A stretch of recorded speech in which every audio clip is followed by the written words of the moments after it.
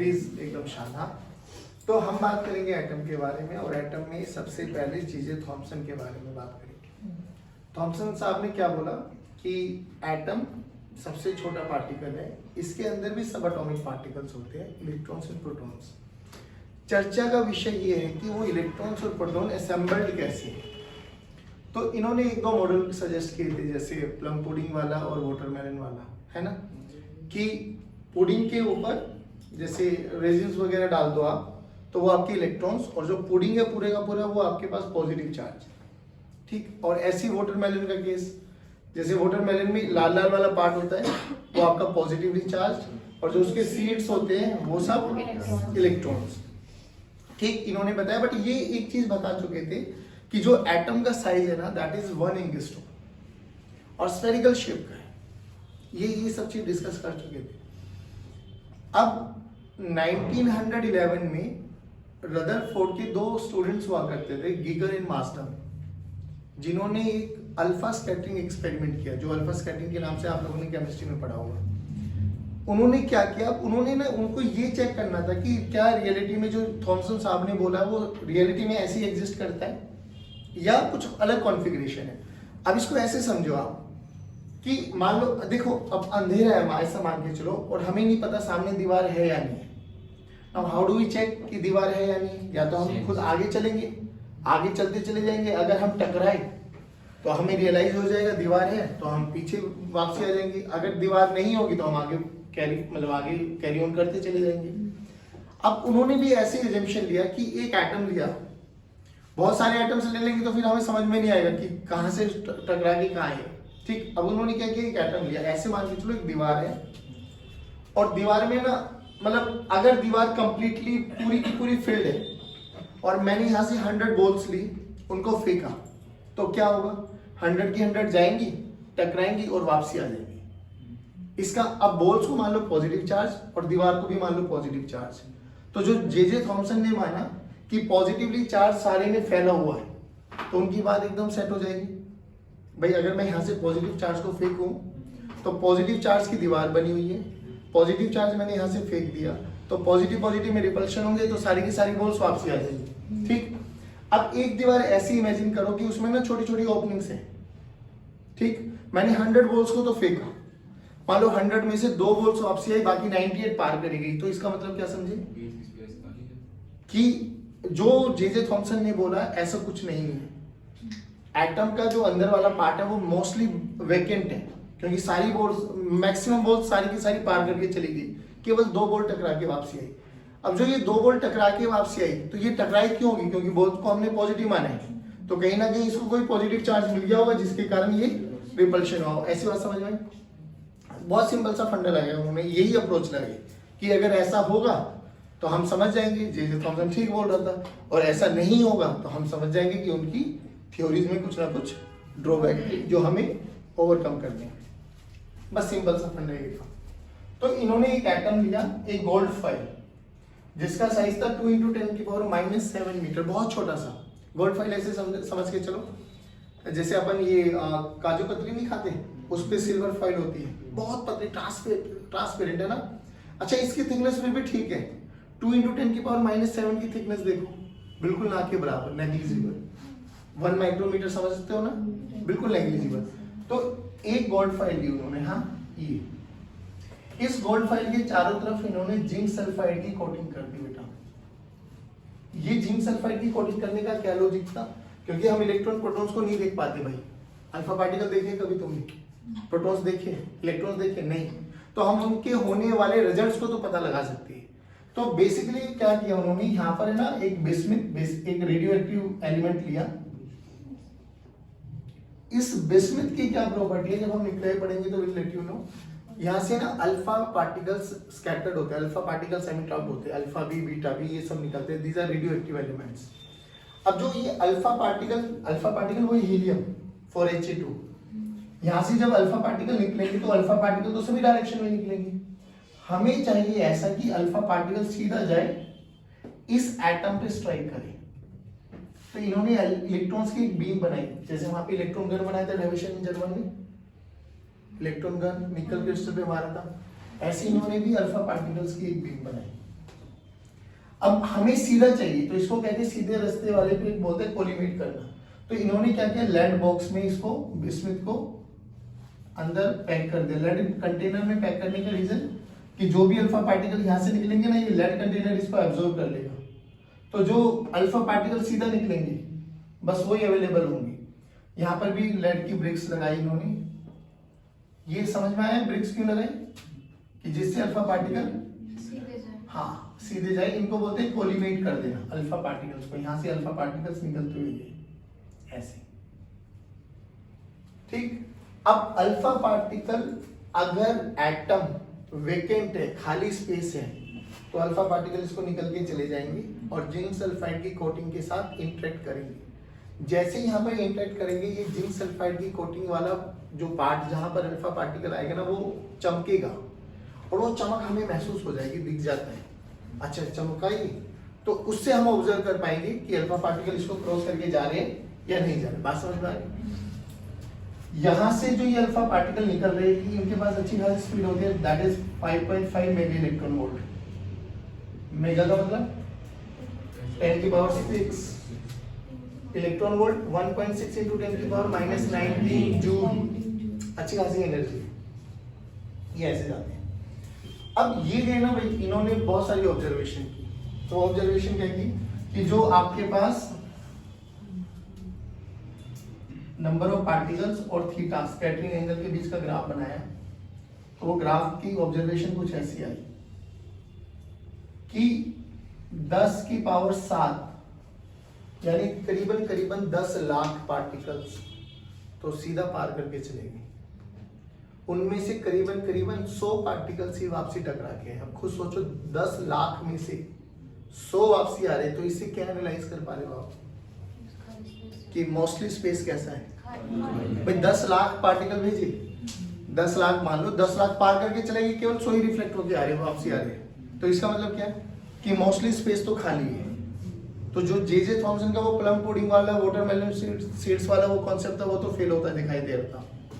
तो देखा इन्होंने, और कुछ एक पार्टिकल मतलब डिफ्लेक्शन दिखाई दिया बहुत पार्टिकल ने, 0.14 शायद ऐसा कुछ परसेंटेज था जो 1 डिग्री पर यहाँ पर पार करके चला गया। एक आधा पार्टिकल ऐसा भी था जो 180 डिग्री पर भी डेविएट होते हुए दिखाई दिया। 180 डिग्री का मतलब समझे आप लोग, अभी आए थे, हाँ, बाउंस बैक करके दिखाई दिया। ऐसे खूब बहुत सारी ऑब्जर्वेशन देखी। तो इन ऑब्जर्वेशन के आधार पर रदरफोर्ड ने कुछ वो बोला कि भैया मोस्टली स्पेस जो है एटम में वो एम्प्टी है। जो पॉजिटिव चार्ज पार्टिकल्स हैं वो एक कंडेंस फॉर्म में एक ही जगह रखे हुए हैं। और तुम्हारे दिमाग की घंटी बज जानी चाहिए, सारे पॉजिटिव चार्ज पार्टिकल एक ही जगह कैसे हो सकते हैं, क्योंकि पॉजिटिव पॉजिटिव में तो रिपल्शन होता है सर, ये तो अभी तक हम पढ़ के आए थे। तो यहाँ पर एक नए फोर्स का जन्म होता है जिसको हम बोलते हैं न्यूक्लियर फोर्स। अब ये न्यूक्लियर फोर्स हम न्यूक्लियाई में पढ़ने वाले, बट अभी के लिए दिमाग में ये क्वेश्चन आ जाना चाहिए कि हाउ इट इज पॉसिबल कि बहुत सारे पॉजिटिव चार्ज पार्टिकल्स एक ही जगह इकट्ठे कंडेंस फॉर्म में। अच्छा, जो ये साइज ऑफ न्यूक्लियस देखा गया दैट इज 10⁻⁻15, इसको बोलते हैं 1 फर्मी। 10 की पावर -15, देखो कितना छोटा सा स्पेस है ना। और उसमें जितने भी प्रोटॉन्स हैं वो सारे के सारे एक साथ इकट्ठा रखे हुए हैं। और पूछा गया इलेक्ट्रॉन्स का है, तो बोला गया इलेक्ट्रॉन्स जो है ना उसके चारों तरफ घूम रहे हैं। इलेक्ट्रॉन उसके चारों तरफ घूम रहे हैं। अच्छा, ये सब रदरफोर्ड ने बोल दिया। ऑब्जर्वेशन थी सारी की सारी। तो ये कुछ ऑब्जर्वेशन पॉइंट आप लोगों को किताबों में मिल जाएंगे कि 8000 में से एक पार्टिकल रिफ्लेक्ट बैक होके आया, मोस्टली स्पेस एम्प्टी था, positive charge particle condense form में एक ही जगह रखे हुए इलेक्ट्रॉन्स ऐसे घूम रहे हैं।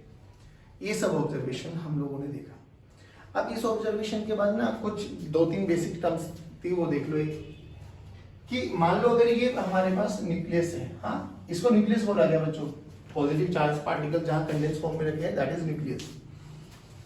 अब ये न्यूक्लियस है, अब इस न्यूक्लियस पे कितना चार्ज, तो देखो प्रोटॉन और न्यूट्रॉन होते हैं न्यूक्लियस में। कौन कौन होते हैं? अब प्रोटॉन तो पॉजिटिवली चार्ज है और न्यूट्रॉन न्यूट्रल है, तो सारा चार्ज किसका होता है? प्रोटॉन्स का। अब कितने प्रोटॉन है? 2 प्रोटॉन हुए तो 2 चार्ज, मतलब प्रोटॉन पे चार्ज E होता है। अगर 2 प्रोटॉन है तो 2E, 3 प्रोटॉन है तो 3, 4 है तो हम इसको नॉर्मली एक लैंग्वेज में रिप्रेजेंट करते हैं Z से। तो इस न्यूक्लियस में मान लो Z नंबर ऑफ प्रोटॉन्स है। याद आ गया तुम्हें? आप ऐसे लिखते थे किसी भी एटम को, है ना? हाँ, तो Z is represents what, number of protons.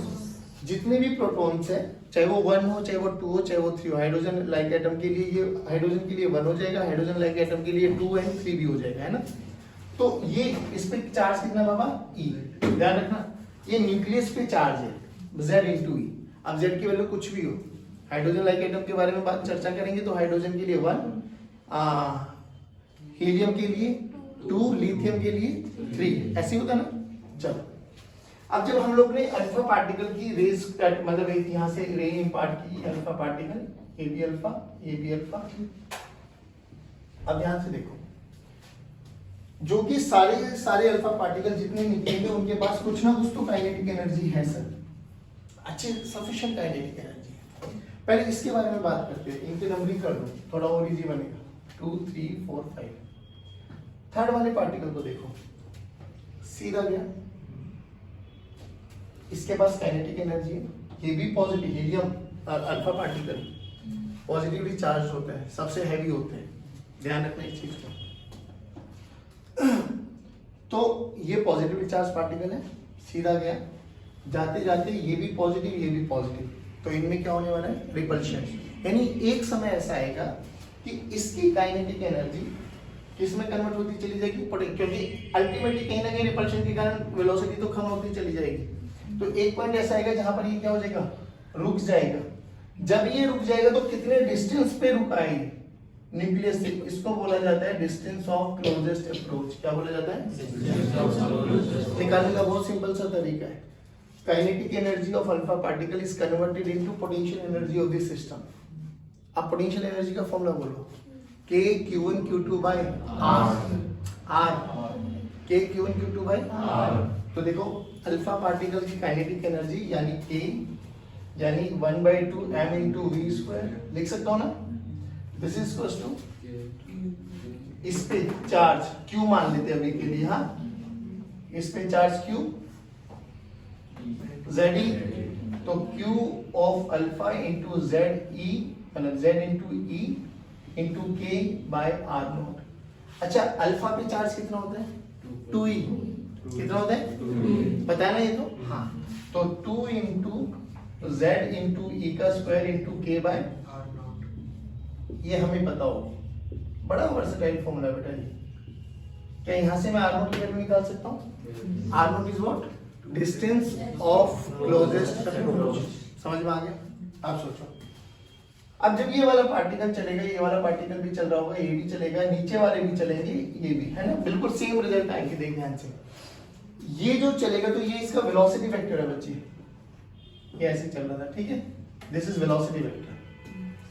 तो जैसे ये चलेगा जो कि इसके पास वेलोसिटी है, अब जो कि इसका जैसे ये इसके पास आएगा तो इनके बीच में क्या लगेगा, रिपल्शन, रिपल्शन लगेगा, तो ये इस वाले पाथ को तो नहीं ट्रेस करेगा, तो कहीं ना कहीं ये डेविएट होगा, है ना। अब डेविएशन कितना होगा कितना नहीं होगा वो सारा डिपेंड करेगा कि फोर्स कितना लग रहा होगा।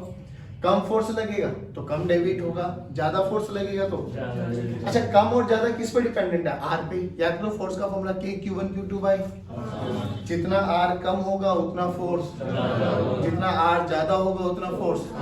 तो सोच के देख, 1 और 2 के केस में अगर हम कंपैरिजन करें न्यूक्लियस, तो जब ये 2 वाला पार्टिकल यहाँ तक चल के आएगा और जब ये 1 वाला पार्टिकल यहाँ पर चल के आएगा तो किस केस में ज्यादा फोर्स लगेगा, सेकंड वाले में, क्योंकि सेकंड का डिस्टेंस नहीं आया।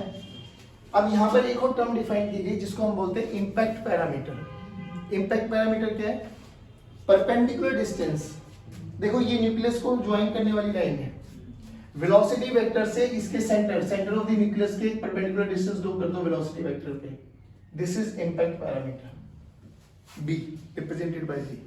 तो यहाँ से 2 टर्म्स याद रखना, एक डिस्टेंस ऑफ क्लोजेस्ट अप्रोच, एक इंपैक्ट पैरामीटर। अब सुनो हुआ क्या, ये जाना तो सीधा चाहता था, बट जो कि रिपल्शन का फोर्स लगेगा तो ये अपने पाथ से तो डेविएट होगा। मान लो ये ऐसे चल के ऐसे चला गया, कितने एंगल पे स्कैटर्ड हुआ, this is angle of scattering, this is angle of scattering. बात समझ में आ गई।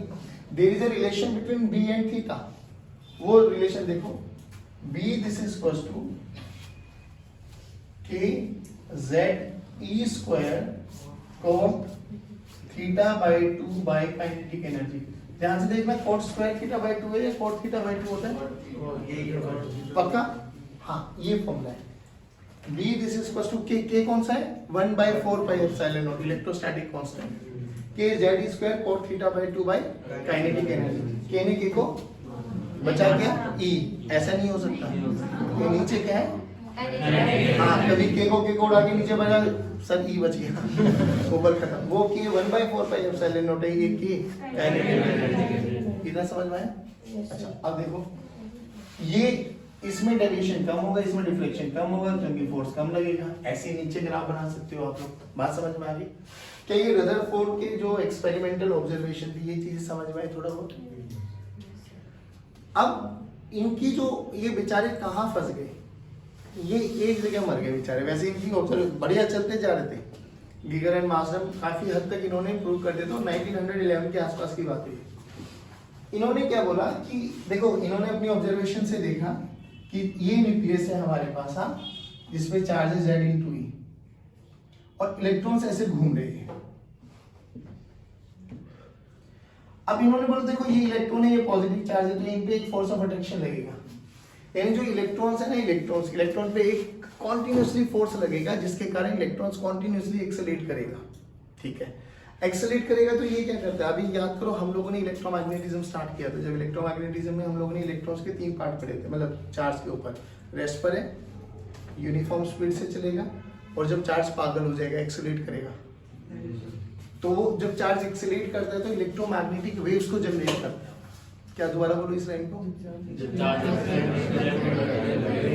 तो जो रेडियो वेव से लेके गामा रेडिएशन तक जो पूरा का पूरा स्पेक्ट्रम हम पढ़ेंगे, वो सारा का सारा बिकॉज ऑफ चार्जिंग एक्सेलरेशन होता है। तो उन्होंने बोला, बहुत बेसिक सा आइडिया लगाया। देखो चार्ज एक्सेलरेट कर रहा है, हाँ, तो कह रहे हैं यहाँ से ना ये इलेक्ट्रोमैग्नेटिक स्पेक्ट्रम, इलेक्ट्रोमैग्नेटिक रेज निकालेगा, और ये रेज निकालते निकालते हर एक ऑर्बिट, मतलब हर एक रेडियस को इसका जैसे एनर्जी निकलती चली जाएगी, इसका रेडियस कम होता चला जाएगा, होता चला जाएगा, होता चला जाएगा, और ये कोलैप्स कर जाता है। ये थोड़ा उनका ड्रॉबैक आया।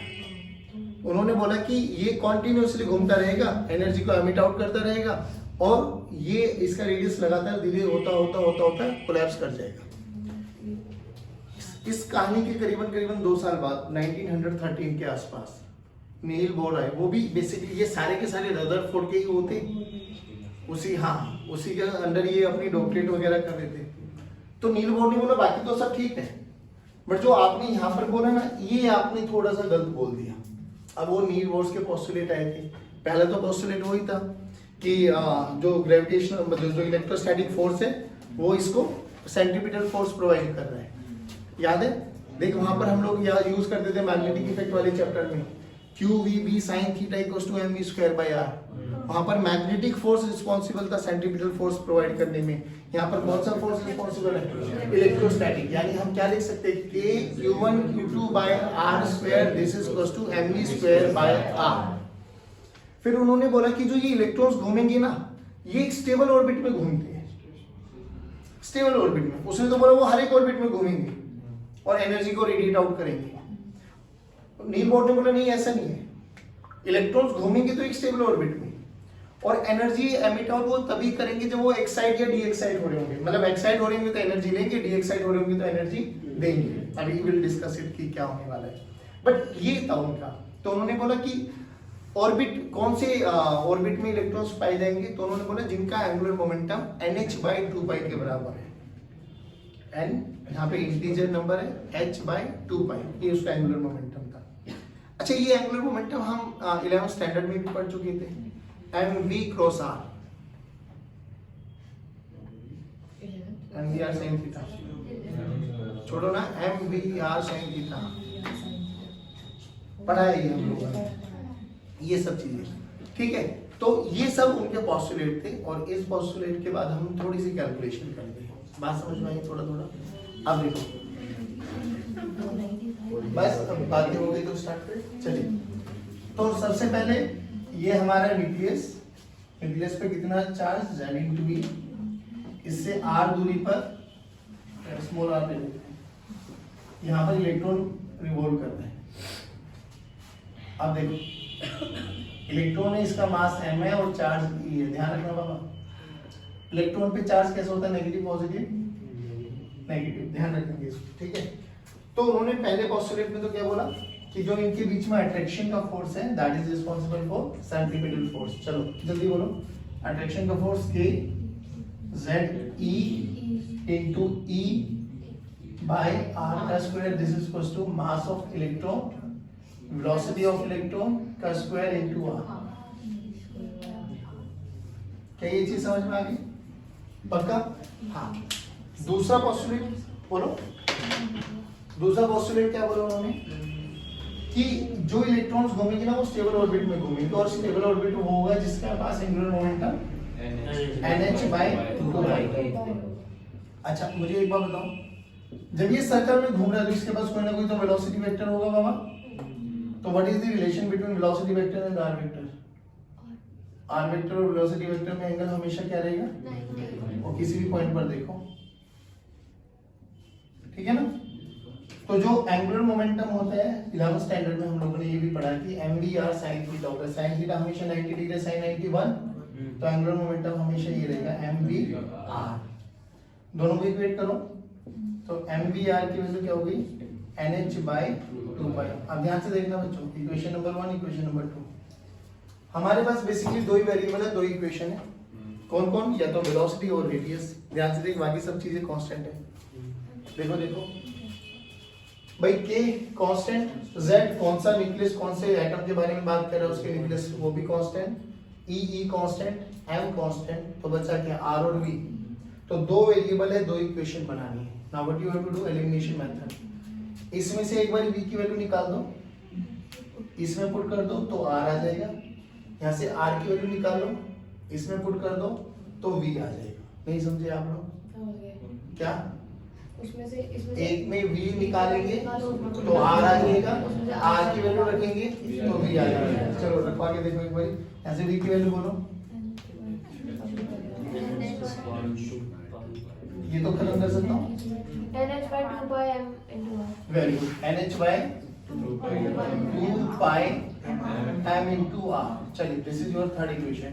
Now put this third equation in first equation. Put करो बच्चा, KZE² by R, this is equals to M into V का स्क्वायर। सभी बच्चे बोलेंगे तो बहुत अच्छा लगेगा। 4π² M स्क्वायर R स्क्वायर, एक R ने R को, R की वैल्यू निकाल लो, R this is equals to MD कर दो ना, कुछ MD जा रहा है, हाँ तो जो जा रहा है वो मुझसे मत बोलो ना भाई। MD कर दो सर, क्या वेरी गुड बेटे, N² H² by K Z E² 4π² M। बस R एक तो बचा है, और इधर बेस दिया है, और बस मल्टीप्लाई करके। बहुत बढ़िया। आपके पास मैथ्स है बच्चे? नहीं सर, साइंस है। वेरी गुड, साइंस है। चलो 12वीं में आगे आज तक ये नहीं पता साइंस में और मैथ्स में क्या डिफरेंस है। नहीं पता, sorry. I am proud of you बेटे। इधर देखो, अच्छा मी टू, अरे मी टू नहीं,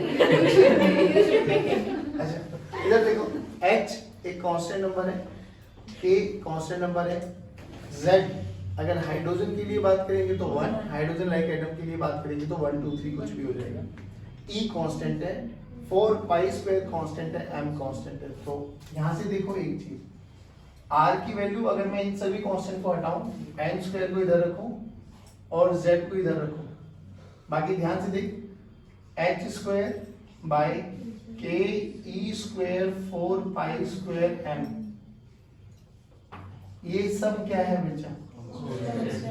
पक्का? जब इन सब की वैल्यू रखोगे ना तो आपको एक नंबर मिलते हुए दिखाई देगा।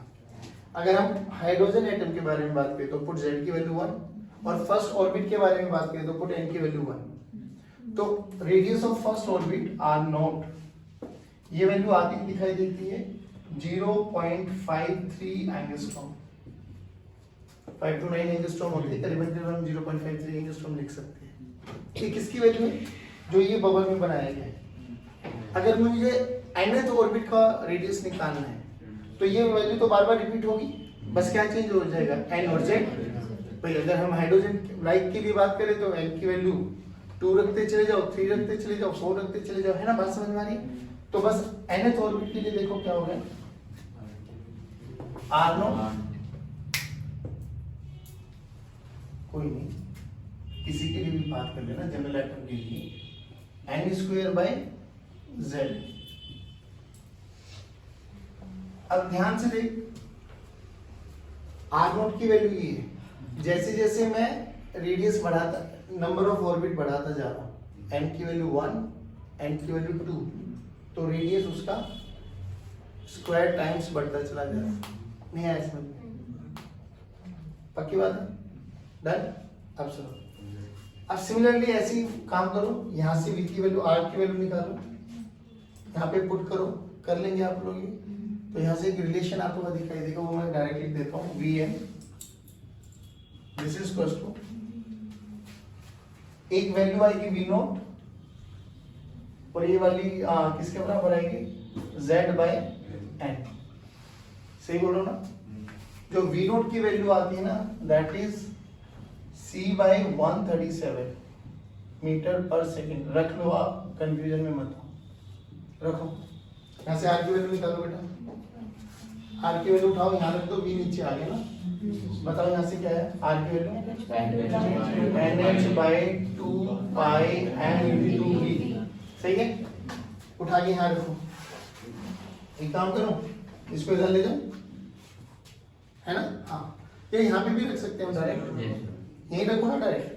तो देखो ये क्या गया, NH by 2 pi m into V, this is equal to n square h square by k z e square 4 pi square m। देखो एक n विल कैंसिल आउट, एक h विल भी cancel out, m by cancel हो जाएगा, m by भी m जो भी हो रहा है, जो भी हो रहा है, 2 by m कैंसिल आउट, पाई पाई भी परफेक्ट, पाई भी कैंसिल आउट, 2 भी कैंसिल आउट हो रहा है, परफेक्ट। तो यहाँ से v की वैल्यू देखो क्या आ गई, इसको ऊपर पहुंचाओ, उसको नीचे लेके आओ, तो v की वैल्यू आ गई हमारे पास k z e square 2 pi by n into, सही बोला? ठीक, अब इसको c से मल्टीप्लाई कर दो, c से डिवाइड कर दो। c is what, speed of light, c is what, ये वाली फॉर्मेट चाहिए ना, तो c से मल्टीप्लाई कर दो, c से डिवाइड कर दो। तो जो देखिए z बाय n को लगाओ उधर, c से मल्टीप्लाई करके c से डिवाइड कर देंगे, तो जो सारा का सारा फैक्टर बनेगा वो तो ये बन जाएगा 137। ठीक है? और तो वेलोसिटी क्या है, velocity of first orbit is c by 137 metre पर सेकेंड। अब सुनो, और nth के लिए निकालना है अगर हमें, तो ये रिलेशन ये आ जाएगी c by 137 z by n metre पर सेकेंड। देखो ध्यान से, जैसे जैसे आप ऑर्बिट बढ़ाते चले जाओगे, रेडियस तो बढ़ता चला जाएगा स्क्वायर टाइम्स, बट स्पीड घटती चली जाएगी। नहीं आया समझ में? पक्की बात? चलो, अब यहाँ पर थोड़ा सा कैलकुलेशन और देखो, रेडियस हो गया, वो हो गया। अब मुझे एक बात बताओ, जब ये इलेक्ट्रॉन चल रहा है तो भाई इसके पास काइनेटिक एनर्जी भी है और इसके पास पोटेंशियल एनर्जी भी है। पक्की बात है? काइनेटिक एनर्जी का फॉर्मूला बोलो, half m v, half m v square. चलो चलो चलो चलो, बहुत बढ़िया बहुत बढ़िया, चलो ठीक है, अच्छी बात है। और पोटेंशियल एनर्जी किसके बराबर है, k q1 q2 by r। लेकिन ध्यान रखना, पोटेंशियल एनर्जी एक स्केलर क्वांटिटी है बाबा, तो यहाँ पर q1 q2 को विद साइन रखना पड़ेगा। ठीक है? तो k की वैल्यू को k रखो, q1 हमारे पास z इंटू ई है और q2 हमारे पास माइनस ई है, तो क्या हो गया, minus of z e square by r। पहले बताओ ये समझ में आया क्या? ठीक, अब v की वैल्यू देखो, काम करें, वहां से mv स्क्वायर की वैल्यू डाल दो। हाँ यहाँ से, या तो mv स्क्वायर की वैल्यू उठा के वहां रख दो। ठीक, mv स्क्वायर की वैल्यू उठाओ, रखो वहां पर काइनेटिक एनर्जी में, तो k z e square by r। तो काइनेटिक एनर्जी देखो क्या बन गया, 1/2 m इंटू mv स्क्वायर की वैल्यू उठाओ, k z e square by r। अब ध्यान से देखो, माइनस का के जेड ई स्क्वायर 1/2 के Z E square by r. ये देखो k Z E square by r, k Z E square by r, ये 1 है, ये हाफ है, तो टोटल एनर्जी क्या हो जाएगा, दोनों का समेशन। तो टोटल एनर्जी क्या होगी, 3/2 कैसे हो जाएगी भाई, एक माइनस और एक प्लस है, -1 + 1/2 -1/2, तो -1/2 के Z E square by R. अच्छा मुझे बताओ ये -1/2 के जेड स्क्वायर क्या है, काइनेटिक एनर्जी। अरे ध्यान से देखना, ये काइनेटिक एनर्जी तो है, तो total energy is negative of, total energy is negative of kinetic energy. बहुत सारे क्वेश्चंस तो एक नंबर के ऐसे ही आ जाते हैं, न्यूमेरिकल आएंगे, लास्ट में एक लाइन लिखी रहेगी कि total energy of the system is -13.6 electron volt, find out the kinetic energy. 13.6 total energy का नेगेटिव काइनेटिक एनर्जी है, उल्टा भी बोलो, काइनेटिक एनर्जी का नेगेटिव, ये समझ में आया। अच्छा एक चीज और बोलो, total energy is negative of kinetic energy. ध्यान से देखने वाली क्या बात है भाई, ये K Z E square by R और माइनस ये तो यू बना, तो हम इसको भी तो लिख सकते हैं, kinetic energy, total energy is negative of kinetic energy is u by 2, u by 2 बहुत स्टैंडर्ड इक्वेशन है, ध्यान रखना इस चीज को। हमें कोई भी इन दोनों तीनों में से कोई भी एक एनर्जी पता लग जाए, दूसरी हम निकाल सकते हैं। बोलो समझ में आया, पक्की बात, इसको देखो।